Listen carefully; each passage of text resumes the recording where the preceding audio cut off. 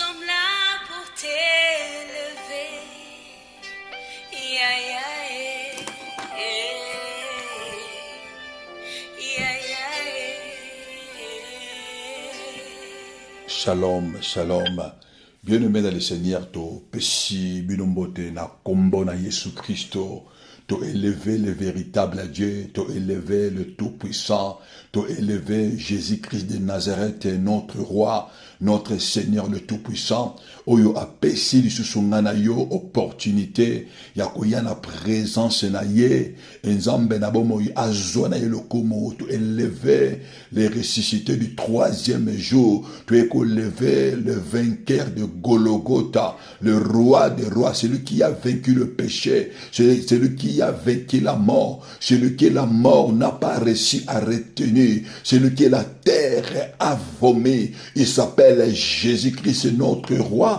Il s'appelle Jésus-Christ, notre Dieu. Celui qui a marché sur les eaux, celui qui est l'eau a obéi parce que c'est lui qui est le créateur, celui qui a monté dans le ciel sans l'ascenseur, sans l'avion ou hélicoptère, parce que le vent a obéi à Jésus-Christ, parce que c'est lui qui a créé toutes choses. Son nom, c'est Christ Jésus, le roi des rois, le ressuscité. Il est notre vie, il est notre roi. À lui soit la gloire, à lui soit la puissance et l'exaltation, à lui soit la puissance, à lui soit la sagesse, à lui soit l'honneur, à l'éternité, à l'éternité. Zambalola Azolo, comme bien-aimé, c'est votre humble serviteur, évangéliste Dieu merci Nyanga. Bien-aimé, place où apinga ina bino to kutanaka. Pour la prière na biso forte, auto salaka na tongo, la prière de juste a une grande efficacité. Et place ngai na yoto yaka kolobe la journée na biso et yo kamaloba na nzambe. Et place ngai na yoto yaka kolobe la mon pépé et yo kamaloba na nzambe. Et même la biso ba bonne nouvelle. Tous les matins, et place wapi bien-aimé, nana yoto yaka kolobela, tu lobelaka, moi na biso, et pesa biso bambuma malamu, tu lobelaka ma belle, et tosa baloba na nzambe, et pesa biso ba bonne chose. Bien-aimé, je vous salue dans le nom précieux de notre Seigneur Jésus-Christ, Zambalola, kolona bomoy, le véritable Dieu, oh, lisusu a permettre ngana otokutana ne ko saluer tous les amis de Jésus-Christ dans le monde entier ba obazana mokili na Amérique nzambe ya lola amona bino nzambe ya lola a continuer ko agir na ba vie na bino les amis de Jésus ba obazana mokili na Asie nzambe amona bino ke nzambe lola a se souvenir na bino nzambe lola abunde la bino pe alongisa bino les amis de Jésus na mokili na Océanie et place où vous akolanda bino bokolanda biso bolamu na nzambe et continuer quoi agir na ba vie na bino les amis de Jésus na mokili na Europe et si kanyo so bino bozali nzambe lola a se souvenir na bino grâce au peu faveur na ye nzambe alongisa bino dans le nom puissant de Jésus vous allez saluer les amis de Jésus na mokili na Afrique place wape bino bozali nzambe lola a continuer quoi agir dans ba vie na bino nzambe wana alongisa bino nzambe wana abundela bino bitumba ya butu pe ya moy bitumba oyo visible après invisible kolona bomoyi alongisa bino toto pesa merci na bandeko nyonso tout oyo baza ko soutenir biso spirituellement esika bino bozali na ba prière na bino bozosala pona biso oyo baza ko kila pona œuvre oyo nkolo apesi biso kolo na bomoyi amona bino nzamba lola a se souvenir na bino dans le nom puissant de Jésus de Nazareth toto pesa sous merci bandeko nyonso oyo baza ko soutenir biso d'une moyen d'une autre financièrement matériellement nzamba lola abante la bino nzamba lola a bénir bino nzamba lola a zongisa la bino nzamba lola a multiplier difficulté ba finance na bino bien aimé to uti ko banda ministère et to luka ba partenaire ba ko soutenir œuvre oyankolo na centre de réveil et de la restauration des âmes ce qui nzambe a touché motema na yo ce qui nzambe a simbi yo pour ba partenaire ya œuvre oyo bien aimé nzambe a ko bénir yo. Nous sommes en train de gagner les âmes pour le royaume des cieux. Nous sommes en train de prier, de réveiller le peuple de Dieu pour connaître les temps, pour se préparer à l'enlèvement. Nous sommes en train de prier pour le peuple de Dieu afin que leur vie est à la restaurer. Bien-aimé, dans le nom puissant de Jésus. Bien-aimé, tous en la prière, la vie forte. Tous en tous les matins. De 5 heures du matin à 6 heures. Oyo, toza ko lobela thème na biso, toza lobela actuellement, toza parler sur les marchands des ténèbres et des âmes, sur les marchands des âmes et ténèbres. Toza lobela et na ba commerçant le marchand, oyo ba teka ka ba ami ya bato, na ba marché ya ténèbres. Toza parler sur les marchands des ténèbres. Mais oyo ba kenda ka na marché ya ténèbres, oyo ba sala ka ba commerce ya ba ami ya bato basala ba commerce ya ba destiné ya bato yango todo fungula peuple de Dieu pour comprendre bien aimé tu ne peux pas vivre une vie de victoire ce qui yo au marché au yebi ba principe spiritualité tu ne peux pas vivre une vie de victoire ce qui yo au yebi ennemi na yote tu ne peux pas vivre une vie de victoire ce qui yo au yebi te nini oyo yo ozana yango bien aimé ce que au yebi te nini oyo ozana yango ennemi na yo ayebi eloko oyo yo zana yango ye akoyako botola yango c'est pourquoi on part sur les marchés des âmes bato oyo batekaka ba destiné ya bato batekaka ba ami ya bato bien aimé sous-thème na biso oyo tolingi kolobela na tongo na lelo que Jésus-Christ est celle et les garants de ta destinée. Jésus-Christ est seul et les garants de ton âme. Tozu maloba na Nzambe, tozotanga maloba na Nzambe, na Juge chapitre 9, verset 4 à 5. Ils lui donnèrent 70 cycles d'argent qu'ils enlevèrent de la maison de la Baal Bérite. Abimelech s'en servit pour acheter de misérables et de turbulents. Ils allèrent après lui. Il vint dans la maison de son père à Ophra et il tua ses frères, fils de Jéroubal, 70 hommes sur une même pierre. Il échappa que Jotam, le plus jeune fille de Jéroubal, car il était caché. Bien aimé Nzambe apambola maloba na ye, Nzambalola azwa lokumu, tozolobela sur les marchands des âmes, tozolobela bien aimé âme na yo, et qu'on a sacrifié et pas y a marché ya âme na yo et côté kamate et pas y a marché ya âme mais maintenant qu'on expliquer qu'est-ce que le marchand des âmes peut-être qui dans le monde spirituel bien aimé et ça na bato oyo ba ya ténèbres ba teka kaba âme ya bato ba teka kaba destiné ya bato mais maintenant tout le monde a marché ezalaka na kisasa marché ya gambela ezali et la porte tout le monde va marcher qui en cours tout le monde va marcher na Angola tout le monde va marcher qui Kolo va marcher à Place Antigua marcher ya rock tango ezalaki tout le monde va marcher et dans le monde des ténèbres aussi il y a des commerces oyo salemaka et na ba commerce oyo salemaka ezali na ba commerçant ya ténèbres oyo ba teka ka ba vie ya bato oyo ba teka ka ba destiné ya bato. Bien aimé, la Bible dit racheter le temps car les jours sont mauvais. Quand la Bible dit de racheter le temps, bien aimé, là où il y a un rachat, ça veut dire il y a une vente qui a été faite. Bien aimé, dans le monde des ténèbres, bakote kata tana yo bako teka yango, destiné na yo vino bako teka yango dans le monde des ténèbres. C'est pourquoi Bible nous devons nous racheter les temps, parce que les jours sont mauvais.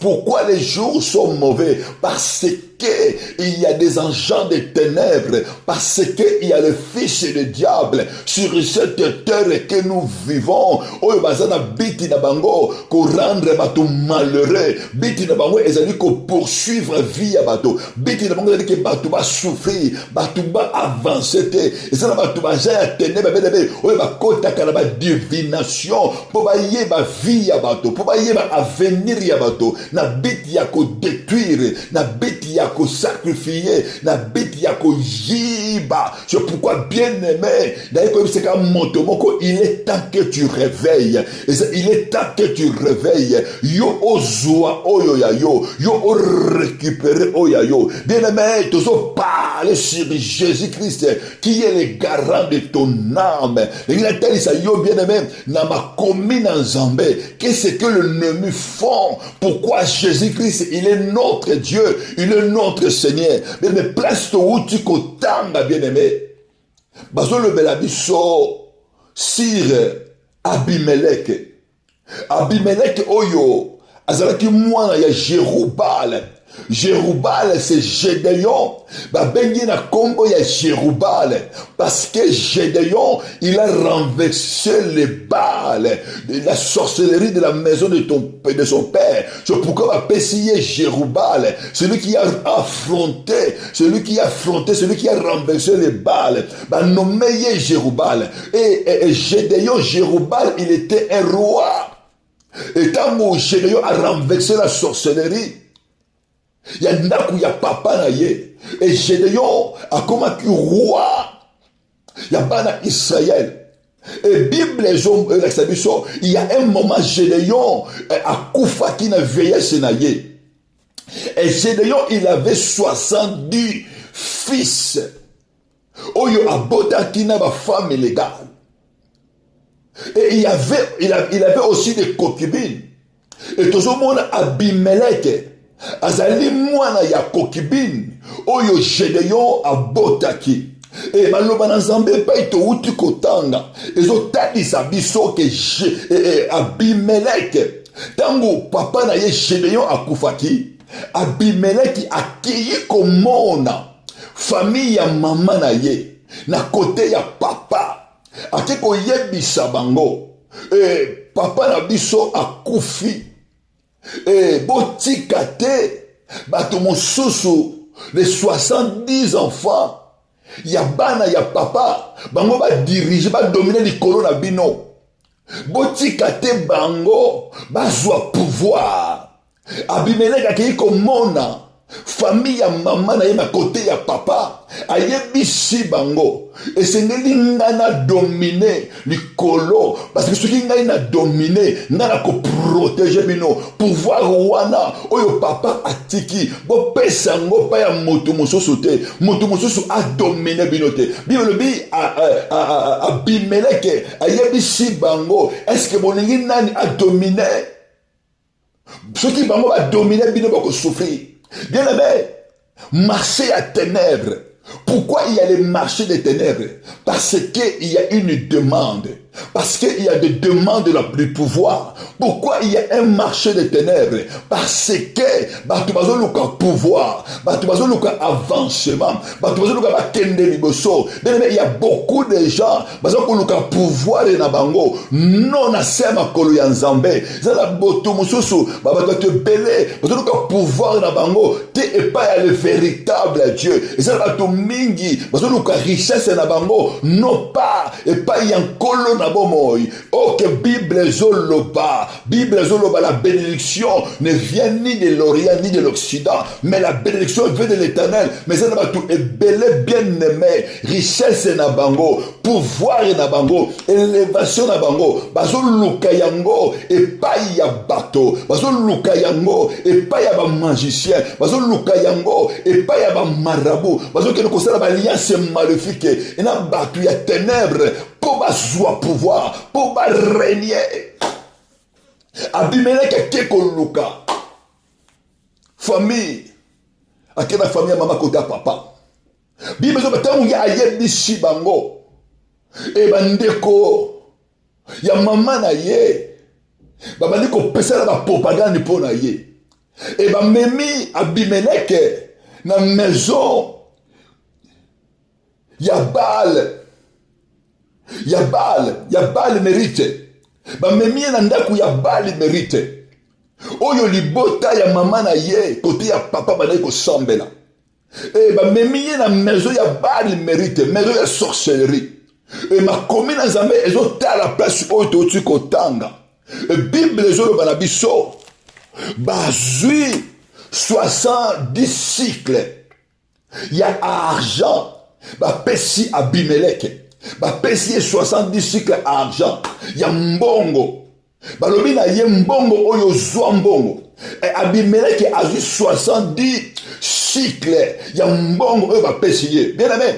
Oh, que Gédéon, il avait 70 fils. Oh, il y a Botaki. Ba pesiye mbongo. Baal mérite. A pesiye mbongo. Mais il y a Baal mérite. Et pesi Abimeleke mbongo. Bible lobi mbongo oyo Abimeleke a eu. Et le quoi dit bosso Abimeleke sali nango. Il est parti à bandi acheter le misérable. Abandiko acheter le misérable. Bien aimé, dans le monde des ténèbres, dans le monde maléfique, dans le monde mystique, batu bakenaka po bazwa mbongo, batu bakenaka po bazwa riche, mais richesse oyo bango bazwaka, ezali po bateka ba ami ya bato, po bakaba ba ami ya bato. Bible lobi Abimeleki ba pesi mbongo, mais mbongo oyo ye azui, eloko liboso oyo bandiko sala nango, mbongo bandiko servir pour abanako acheter le misérable, abanako acheter le turbira et le kwaliboso. Bien aimé, ça va te mengi bazwa mbongo oyo bango bazwa, et ça faut pas sacrifier ba âme bato. Bato ebele ba âme na bango, et ça dit sacrifier ba âme na bango, d'aller livrer dans le monde des ténèbres. Parce que, bien aimé, bit ya ennemi, rien ya ennemi, et ça dit pour, âme, ça la sacrifier, bien aimé, qui est plus cher dans ce monde, où il coûte, bien aimé, ce n'est plus de l'or, ce n'est plus de l'argent, ce qui coûte, bien aimé, et ça dit, iranio monté, où il coûte cher, et ça dit, âme ya moto, et ça va kila ya moto, dans le monde spirituel, les 110 personnes coûtent très cher. C'est pourquoi les agents des ténèbres, puisqu'ils ont mis la maquilabato, puisqu'ils ont sacrifié maquilabato, ils ont comme puissant, parce que dans le monde des ténèbres, celui qui sacrifie beaucoup, celui-là qui devient puissant. Bien aimé, Bible, je te dis biso, Abimeleke, tango azumbongo, abaniko somba ba misérable, bato oya pasi, bato oyo bazaba brigand. Bien aimé, bato mingi vina bango etekama. Vina bango etekama, bien aimé. Bien aimé, vous savez, famille, libota, sorcellerie, divinité libota. Parce que tout le monde libota, oyo, divinité la bango qui a sorcellerie. C'était la sorcellerie. Baal mérite, qui était leur Dieu. Vous voyez quoi adorer Baal mérite, c'est le Dieu du forêt. Nzambe ya zamba, nzambe ya sorcellerie. Bible dit apesi mbongo et pai ya Abimeleke. Bien de ma famille oyo to uta, bakozwa mbongo, bapesi kaka bazwa mbongo oyo bino. Bazwa mbongo na bino, bapesi yango et pai ya mutu moko. Et tout ce monde awa famille est élevé Abimeleke. Famille endimi et ça dit yende a régner. Bali to pesi yo pouvoir, parce que pouvoir maléfique, pesi et pas ya Abimeleke, mais bit ya Abimeleke, et c'est pour avoir sacrifier vie ya bateau, mais pour avoir sacrifier destiné ya bateau.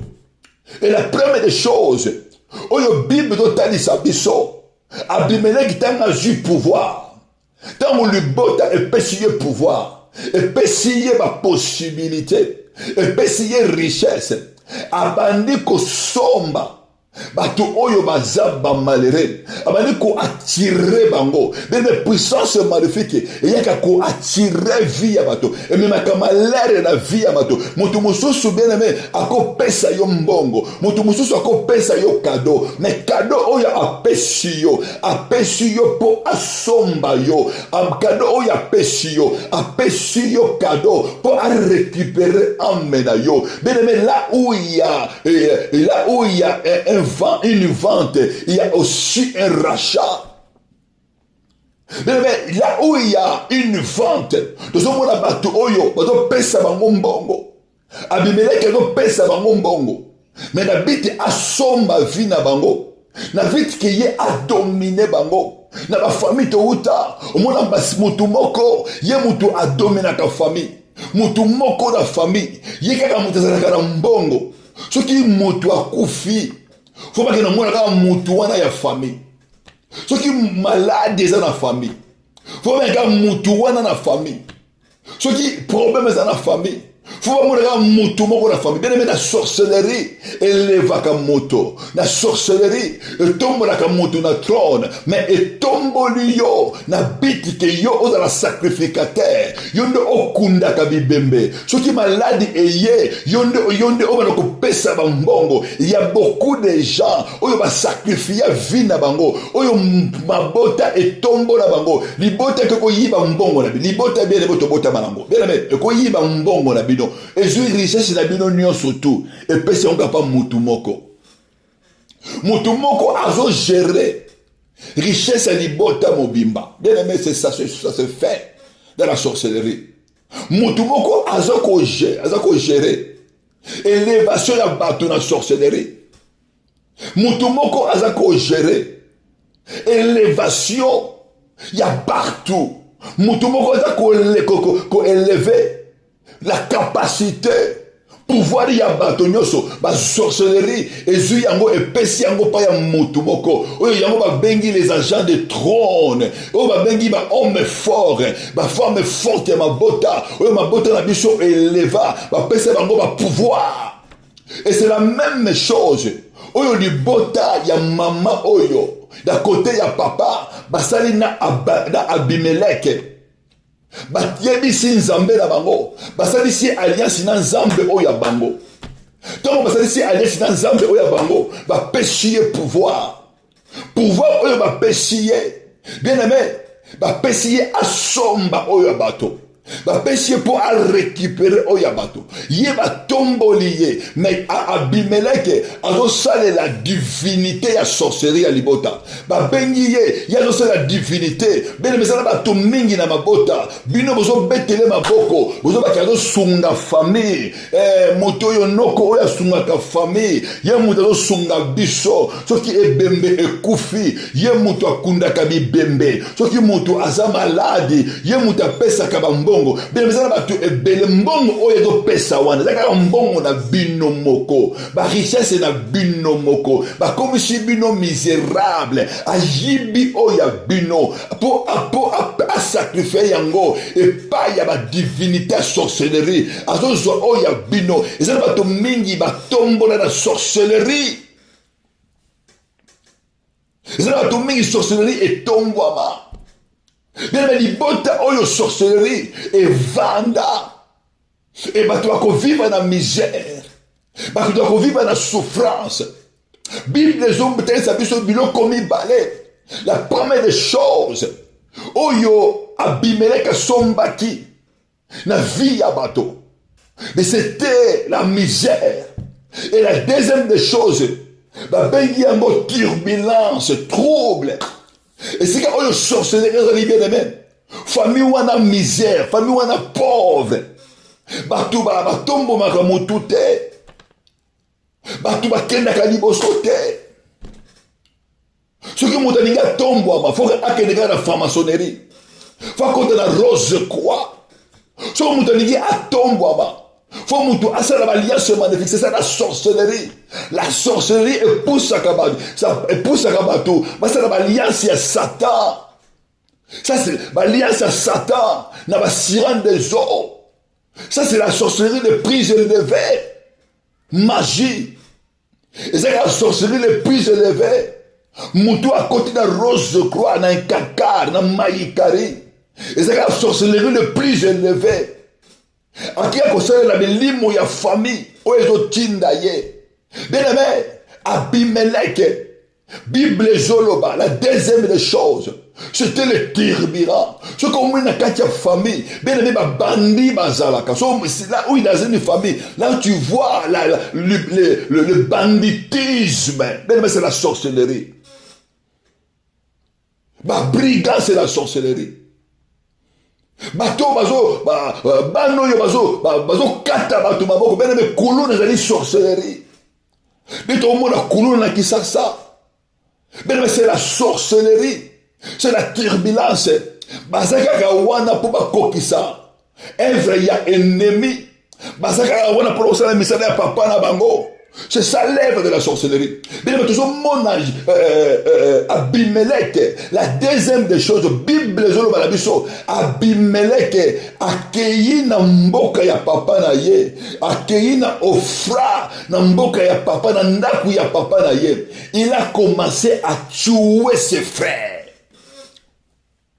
Abimelech, il a commencé à tuer ses frères. Abimelech a bombé 70 bandes de konaye. A bombé bango na libanga, un par un na libanga.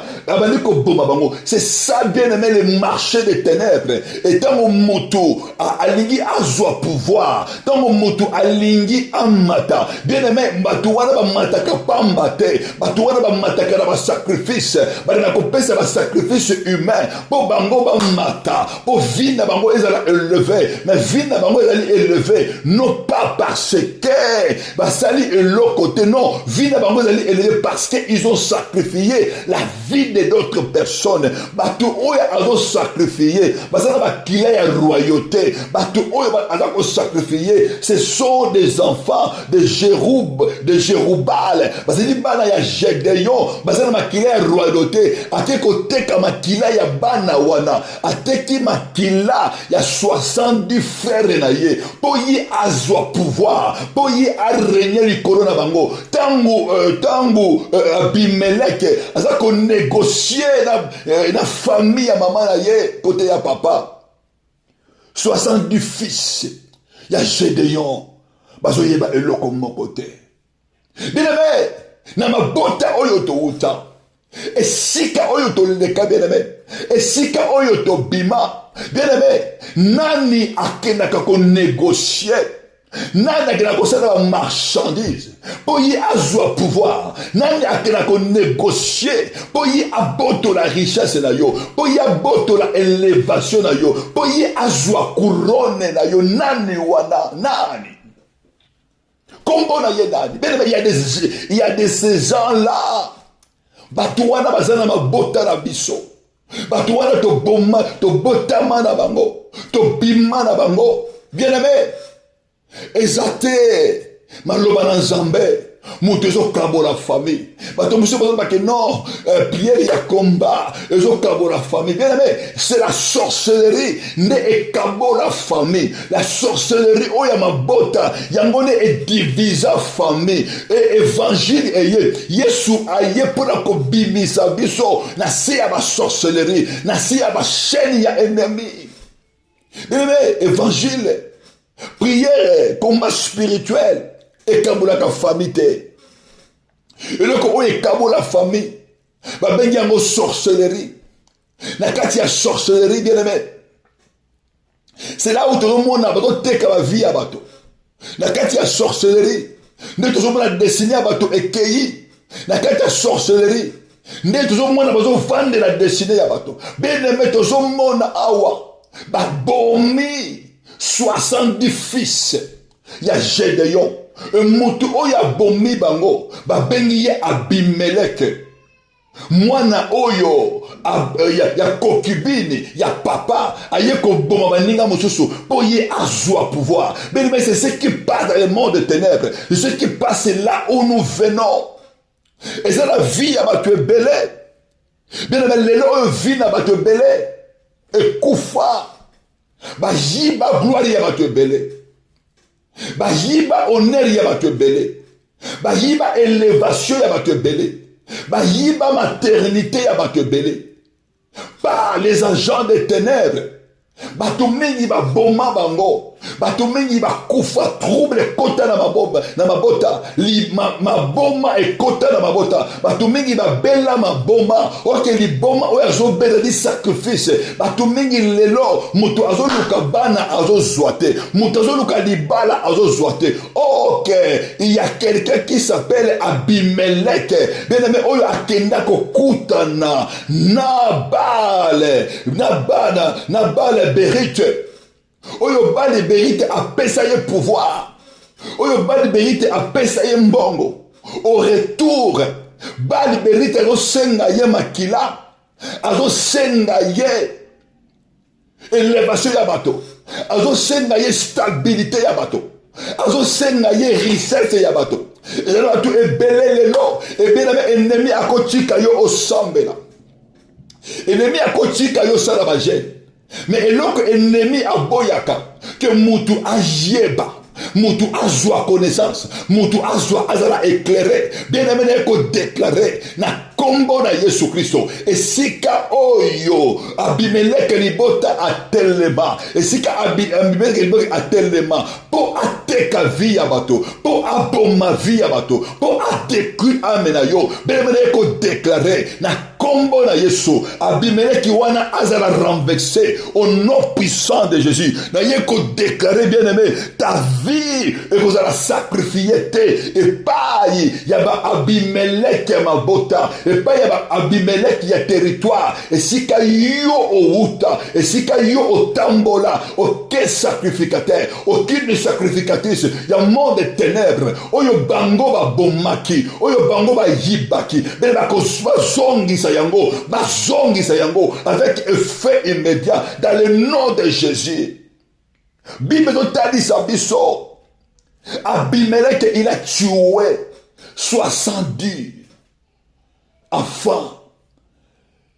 Ya Généon. Même à commune Nzambe lobi, tambouye azo boma. Il y avait un enfant. Oyo akimaki na kombo ya Jotam. Et c'est quand moi dans mon cœur qui est épargné. Tant qu'il y a ce bon bana et Gédéon, Jotam il s'est caché.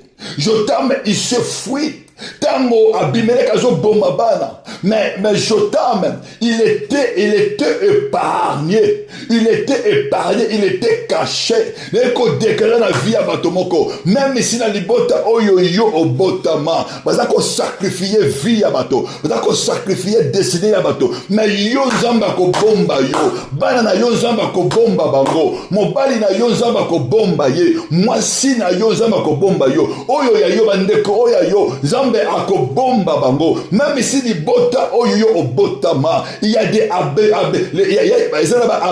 Abimelech, oyo ba telemaka, pour la ko détruire, pour la ko sacrifier. Mais oyo ya yo, ba ko zala sacrifier te. Oyo ya yo, ba ko kufa te, au nom puissant de Jésus. Kufa nyoso oyo ko telema, liboso ya vina yo, e ko zongela ba kolo nango. Bien aimé, nous sommes dans le monde est que nous sommes. Et vivre dans le sacrifice. Mokili oyo tozo tambola. Bato oyo zo mona mingi bazala ba pouvoir. Bato mingi ozo mona mingi ba renya na mabota la biso mingi ba kufati, bazala ki ba grand commerçant, bazala ki ba homme politique. Ben tu éviter ba sacrifice ni oyo bango ba sala. Tu éviter nini oyo bango ba kaba. Tu mane ko mona ka tamu mususu. OK pa ya noko. OK pa ya tata mwasi, pa ya tata kurutu. Omona papa kulutu na butu nyonso avalala. Omona azubilo katie na sani. Alobi na yo tia na porte ndako. Azubilo ko atie na sani. Ake ko tia na simandako. Bien aimé, pa ake ko tia biloko wana e pa ya bato bakufa. E pa ya ba sacrifice oye salema. ayebi ke biloko oyo nazopesa yango basacrifice oyo nazolesa bato oyo bakufa bato oyo nosala na bango alliance bato mingi bakomprenda te na ndako oyo yo ovanda omona papa apesa ordre ke soki bolambi biloko bolongola biloko moko botia na sani bozwa sani wana botia na nsima ndako parce que il le sait l'alliance qu'il a fait avec la mort eza na bato mingi lelo barenia avec les morts avec le séjour de mort parce que basala alliance basipona kosakrifie bavie ya bato yango bible ezoloba oyo nyonso oyo séjour de mort emela oyo mkufa emela ekozongisa yango le mort a rendu le séjour de mort a rendu le mort qu'il a pris l'esprit de mort a rendu le mort qu'il a pris na mokela na apocalypse makomi na nzambe otalisa biso que séjour de mort ezongisi bato oyo ye abomaka esprit de mort ezongisi bato akufa oyo akangaka bene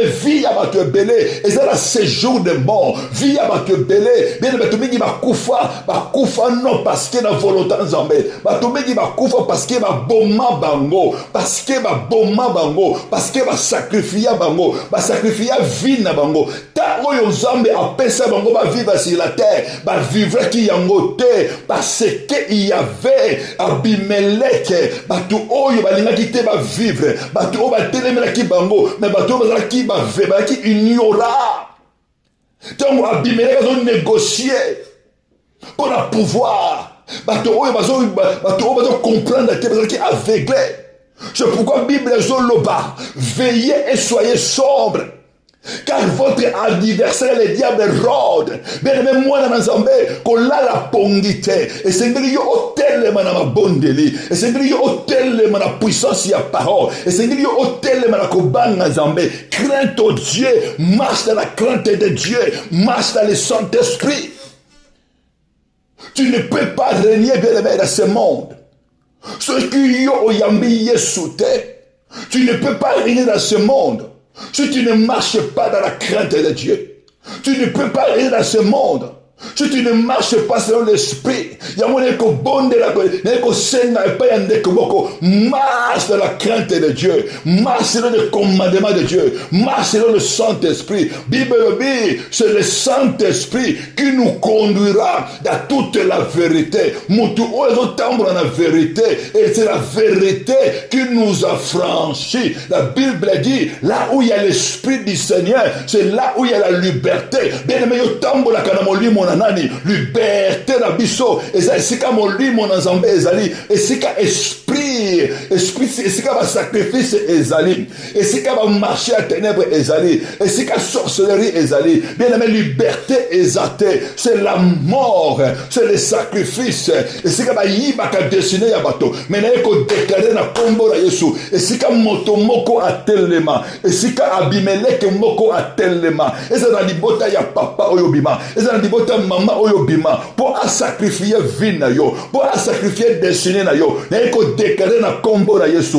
que toi tu ne mourras pas par les morts des ennemis, toi tu ne mourras pas par les morts de Satan, toi tu ne mourras pas par les morts de sacrifice dans le nom puissant de Jésus. Ma commune en Zambé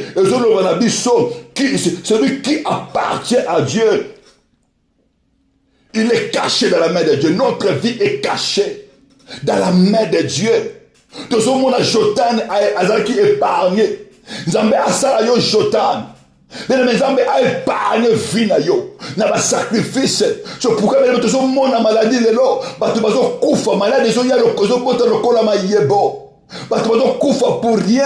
Mona mutu keka on hôpital bi cancer. Mona lobi na onke non mutu. A continue comment mutu akufi. Na eko déclarer na kombo na Yesu. Sacrifice nyonso maladie. Oyo bazo tinda ezongela bakolo nango. Sacrifice nyonso maladie. Oyo ennemi azolinga atinda. Tozo mona lelo ba épidémie bien aimé zo bima. Bitia épidémie, c'est pour se faire des sacrifices. Bitia épidémie dans le monde pour ba ame ekufa. Pour me akila ya bato et qu'elle n'a sacrifice. Maintenant, il faut déclarer, toi tu ne mourras pas par par la mort de l'ennemi. Tes enfants ne mourront pas par la mort de l'ennemi, ni par la mort des accidents, ni par la mort subite, ni par la mort précoce. Moi, si n'a pas koufaté, mon mari n'a pas koufaté, dans le nom puissant de Jésus-Christ de Nazareth.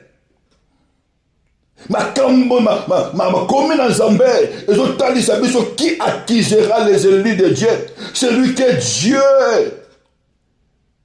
a sanctifié. Qui condamnera? Qui Christ est mort pour nous. Zana mutumoko oya kufa pona biso. Zana mutumoko oya apesa vie na ye pona yo. Mais nous ne mourrons pas par la mort de l'ennemi, ni par la mort des magiciens, parce qu'il y a quelqu'un qui s'appelle Jésus-Christ de Nazareth. Il a donné son sang, il a donné ses sacrifices pour ngana yoto vivre, pour ngana yoto zala élevé. Ce qui va ta mukili oyo bazali élevé, bazali ka puissance na bango par les sacrifices humains. Nous les enfants de Dieu, il y a un sacrifice qui a été donné, c'est le sang de Jésus. Dans le sang de Jésus, il y a la gloire. Dans le sang de Jésus, il y a la vie éternelle. Dans le sang de Jésus, il y a la puissance. Dans le sang de Jésus, il y a l'élévation. Dans le sang de Jésus, il y a la guérison. Dans le sang de Jésus, la Bible nous dit, Jésus s'est livré. Jésus s'est livré. Bible dans Romains chapitre 8, verset 32, qui n'a point épargné son propre fils, mais il a livré pour nous tous.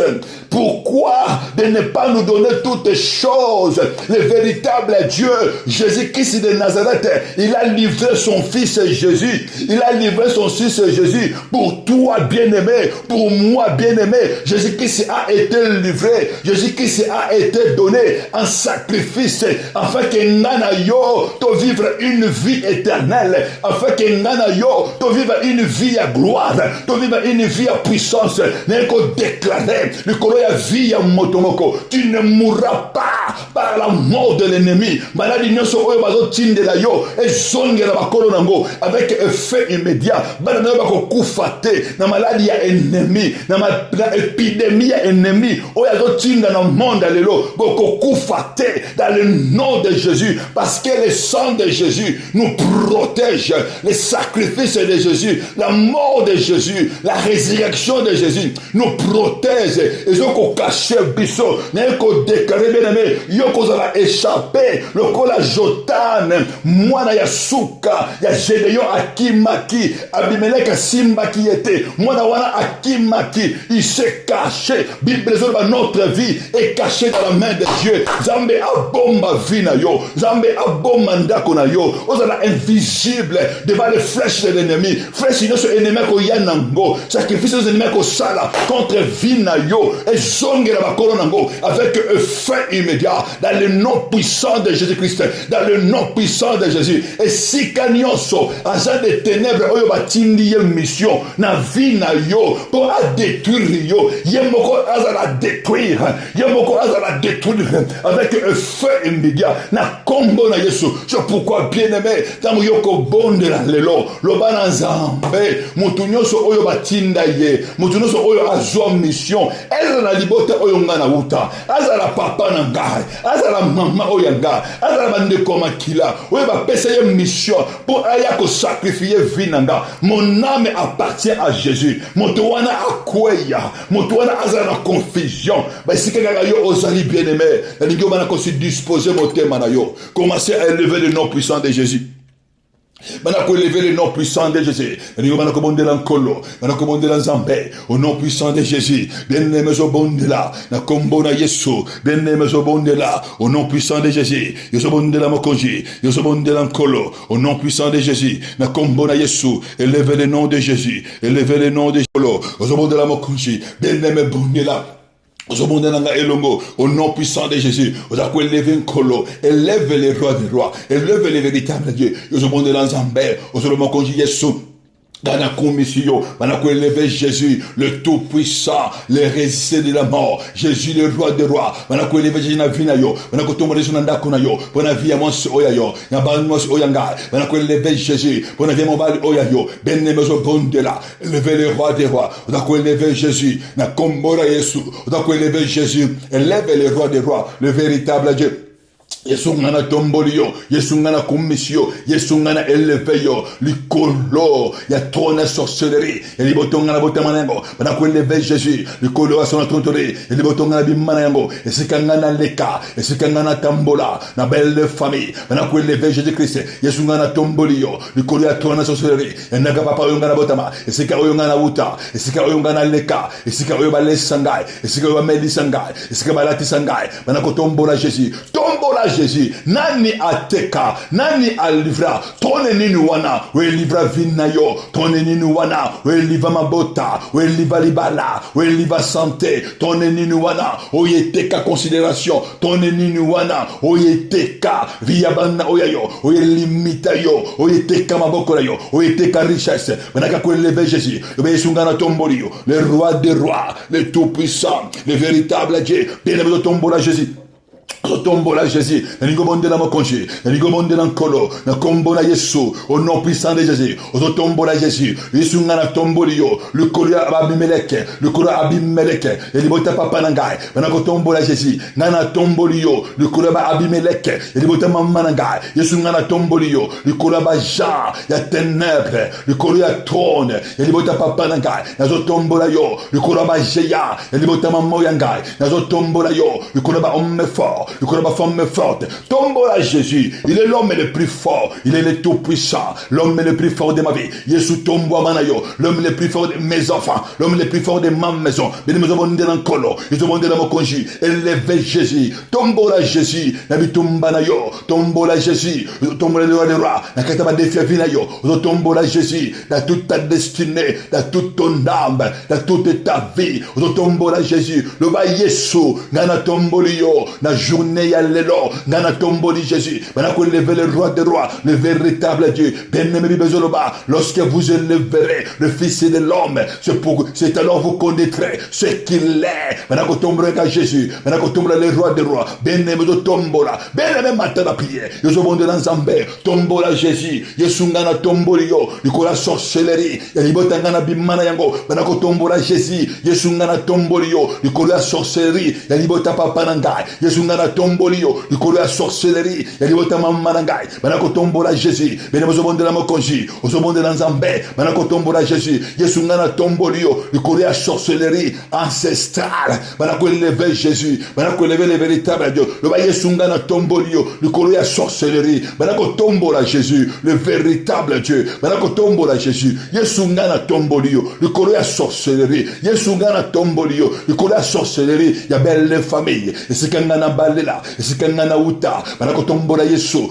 ngana tombolio likolo ya sorcellerie ya basienne partenaire tombola Jésus tango do tombola Jésus bien aimé bazo libérer yo tango do tombola Jésus bien aimé bazo relâcher tango do tombola Jésus yozo kabwana tango do tombola Jésus amena yo bazo tikaya na kombola Yesu ngobonde la mokonji ozobonde la Zambé do tombola Jésus na tombolio Yesu tombo mala yo ngana ko tombola yo likolo ya bafika dejo le basirande côte le tombola Jésus le colabalier sa sorcellerie oyongana sana oyongana bimana yango libota papa nangai esikanga na bima ngana bimana yango na basene partenaire benemozo bondela ozo bondela nkolo ozo déclarer na kombola Yesu Jésus Christ ngana tombolio benemesenge yo bondela bien ozo loba Jésus ngana tombolio le colabalier la sorcellerie oyongana bimana yango na basene partenaire esikanga na kotaka esikanga na liaka esikanga na mela Ozokotombola Jésus.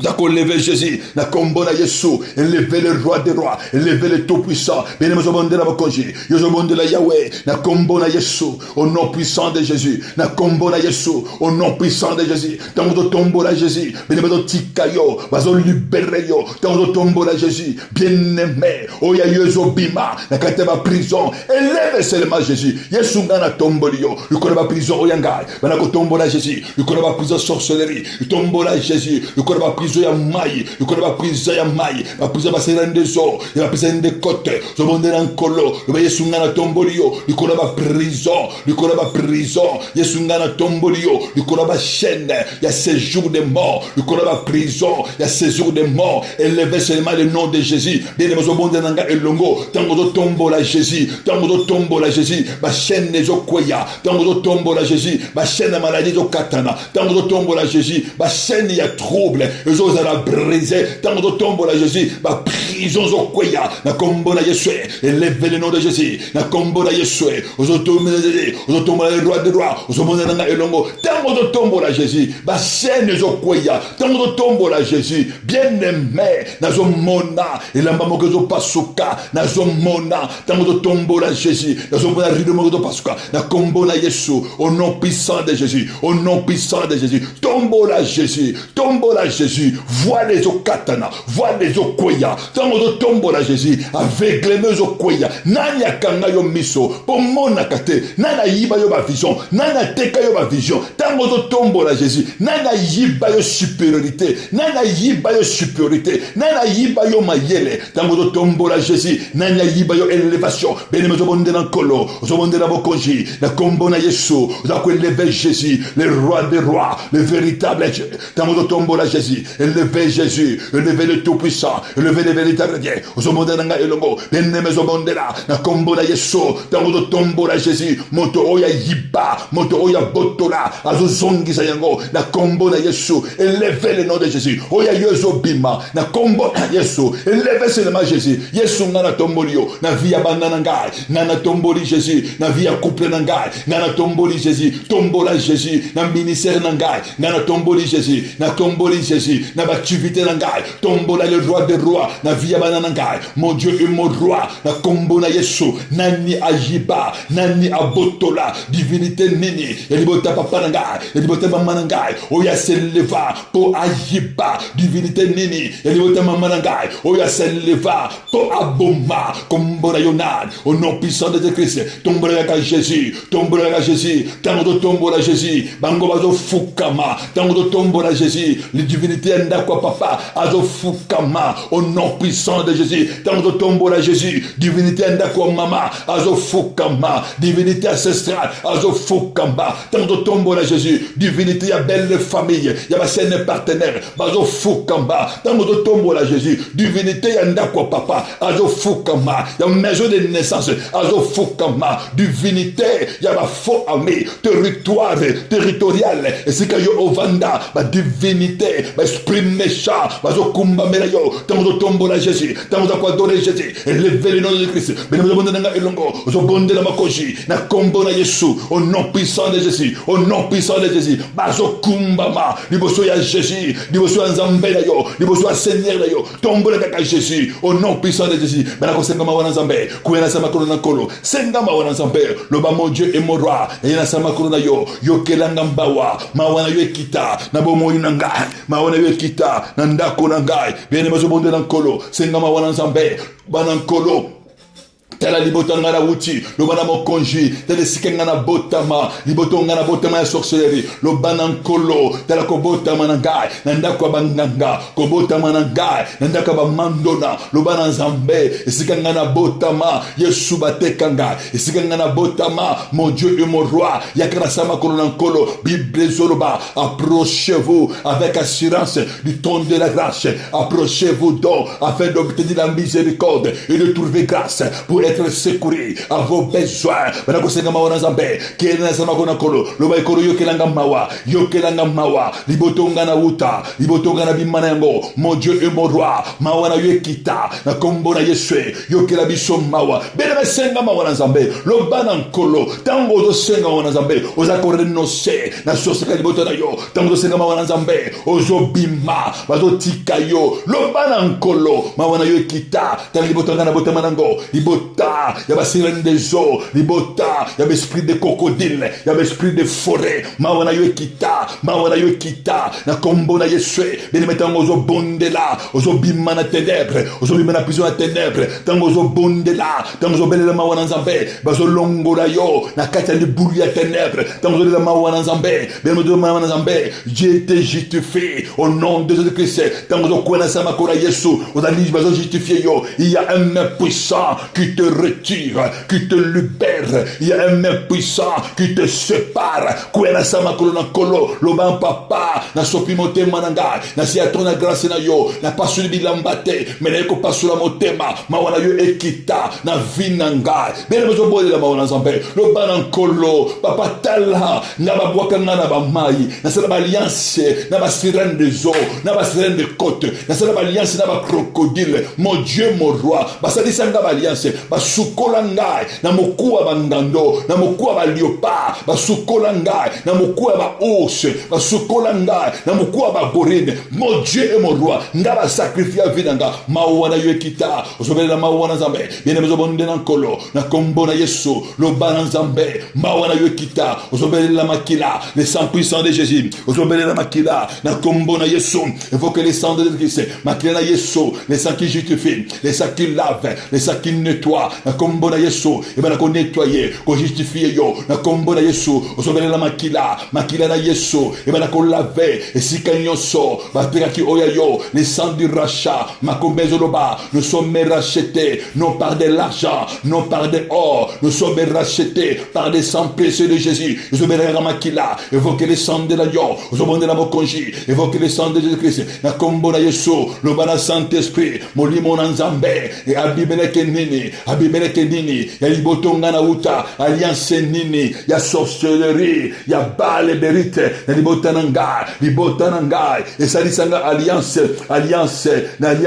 na sorcellerie nini, na moroi, ozo monde na nzambe, ozo déclarer, le bana Saint-Esprit, sorcellerie nini, oyete kanda konanga, bene ozo monde na nkolo, ozo loba na nkolo, sorcellerie nini, oyongai, ezo combattre vidanga, le bana Saint-Esprit, amenanga, ezali kombati, na sorcellerie nini, ozo monde na nzambe, ozo monde na mokonji, ozo déclarer, ozo loba na nkolo, alliance nini, oyonga na bimana yango, nanda kwa papa nangai, nanda kwa mama nangai, alliance nini, oyonga na bimana yango, na basene partenaire, esikanga na leka, bene mozo bondela, banako briser lelo, na kombo na Yesu, ozo déclarer, toute alliance sorcellerie, oyonga na bimana yango, oyete kavinanga, oyeka bavia bananga, oyeka balibana nangai, oyeka basante nangai, oyeka barisasi nangai, banako renverser yango, banako briser yango, na kombo na Yesu, briser alliance one, ekoya, alliance nyonso, oyonga na bimana yango, alibota papa nangai, oyonga na bimana yango, alibota mama nangai, oyeteka, oyesomba oyangai, bende mazo bondela, ozo bondela nkolo, abimeleke, bapesi mbongo, epai ya baliberite, po asomba, destine ya bato, ozo banazambe, nani apesa mbongo, nani lelo, oyatangisa ngai, nani lelo, oyalesa ngai, oyasombela nga bilamba, azako réclamer, destine nangai, ateka ezile ngai, pour assommer nangai, osombela la makila, les sangs puissants de Jésus, banako briser, alliance wane koya, alliance sorcellerie, ozako réclamer vinangai, oya prison de nangai, banako briser, alliance oyo, ezo pekisa yo obala, ezo ko pekisa yo obota, ezo ko pekisa ovana na kimia, banako briser yango, toute alliance, oyeteka yo, koisa yango, na makila na Yesu, banako briser alliance wana, banako libérer yo, na kombo na Yesu, alliance oyeteka yo, alliance oyeteka, oyeboma, oyesakrifia, na kombo na Yesu, bene mazo briser yango, ozo mona nanga elongo, na kombo na Yesu, bene mazo autorité, ozo déclarer, hôtel nyonso, oyo ba sakrifia, oyo yangaye, ezana village nata, ezana se ya mai, ezana ba cimetière, na sika nyonso, moto nyonso, oya koma hôtel, ya vindanga, ozo bele na moto, évoque le fer, ayama moto libéré, na kombo na Yesu, bien la mazo bonde la, lingo bonde na nkolo, ayamba moto libéré na kombo na Yesu otele wana zo moto e libéré oya yo ba sacrifier ngo wapi mabota na ba sacrifier libala oya yo santé oya yo misana maboko na yo ton service ministère na yo nani a sacrifier ngo nani aboyo osale na nzambe nani avandisi yo nani aboyo na stable na couple na yo pene mozo bondela nani a sacrifier bana oya yo nani a sacrifier santé oya yo bene mozo telema ozo autorité otinda moto ozo déclarer otele wana koya bana ko biso tele wala otela sorcellerie et bota mama ngai et bota papa yangai et yamba moto ya ba chaîne partenaire ya belle famille bana ko renverser moto nyonso oya sala nanga alliance bana ko biso tele na ye bana ko biso tele na ye envoie le feu j'envoie le feu j'envoie le feu au nom de Jésus-Christ j'envoie le feu tinda moto ozo monta nanga elongo ozo déclarer moto nyonso oya koma hôtel abimele ke nyonso oya se levaka bana ko combattre ngai yambisa ye kake ayamba kaka koya yambisa ye épée de l'éternel bana ko tindela moto abimele ke nini oyo batina na libota oyo bota mana ye ndeko makela nini oyo zo combattre vina yo kwa isaye ayamba mota koya na kombo na Yesu ayamba mota koya nani akanga nani libéré bana ko bondela prison nyonso oyo kanga oya yo prison wane pasuka bana ko briser ba verrou de rein bana ko briser ba porte de fer et bukana tinda kake yambisa gobo panga ba porte nyonso ekangama et bukana bana ko briser ba prison ya sorcellerie o ekangama bota o ekanga élévation o ekanga ministère o zomonza nanga elongo ba prison wana ekoya ba prison ya seya mai ba prison ba cimetière ya séjour de mort de ma village natal et yamba kake et yamba moto et fungwa malelo au nom puissant de Jésus au nom puissant de Jésus bana ko récupérer oyo ya yo abimeleka yipa bana ko récupérer oyo ya yo bal berita yipa bana ko récupérer ozolo bananga elongo oyanga ebimi oyanga na récupérer santé na ngai na récupérer misala maboko na ngai na récupérer vie na ngai vie ya bana na récupérer force na ngai ministère na ngai na récupérer au nom puissant de Jésus bien-aimé nazo bondela pona yo Père dans le nom puissant de Jésus tu élevé kombo na yo vie ya bana na yo na maboko na yo papa tozo déclarer et c'est ka abimeleka libota telema na ba vie na bango akoya na kombo na Yesu oyo nyonso ya bango ba hiba oyo nyonso ya bango ba sacrifier et zonga dans le nom puissant de Jésus sois élevé mon Dieu papa la béni journée na bango mon Dieu mon roi na béni misala na bango et sika ba ko tambola nzambe le boko na yo et accompagner bango réussite na yo et accompagner bango nzambe ba mona nguya na yo oyo abazalaki malade abika mon Dieu et mon roi kufa bazo tinda et zongela bango malade bazo tinda d'épidémie bazo tinda et zongela bango avec feu immédiat au nom puissant de Jésus bien aimé tous la prière na biso lelo vendredi na centre de réveil et de la restauration des âmes bien aimé prière na biso ezo banda de 18h à 20h nous on a intercession na biso bien-aimé, boyato bondela nzambe, boyato intercéder, bien-aimé, tozo bondela lelo, bien-aimé, yakato bondela, na 43, avenue de la division des clercs, 95 200 à Sarcelles. Bien-aimé, soko kitina à gare à Sarcelles, il y a 35, et comme même à arrêt le cholette. Bien-aimé, après, au Kokoma na 43, avenue de la division des clercs. Nzambalola amona bino, nzambalola apambola bino, bolamo na ye et continue pour ça na ba vie na bino. Nzambalola alongi sabino dans le nom puissant et glorieux de notre Seigneur Jésus-Christ de Nazareth. Amen. Tokute na pokwa lelo.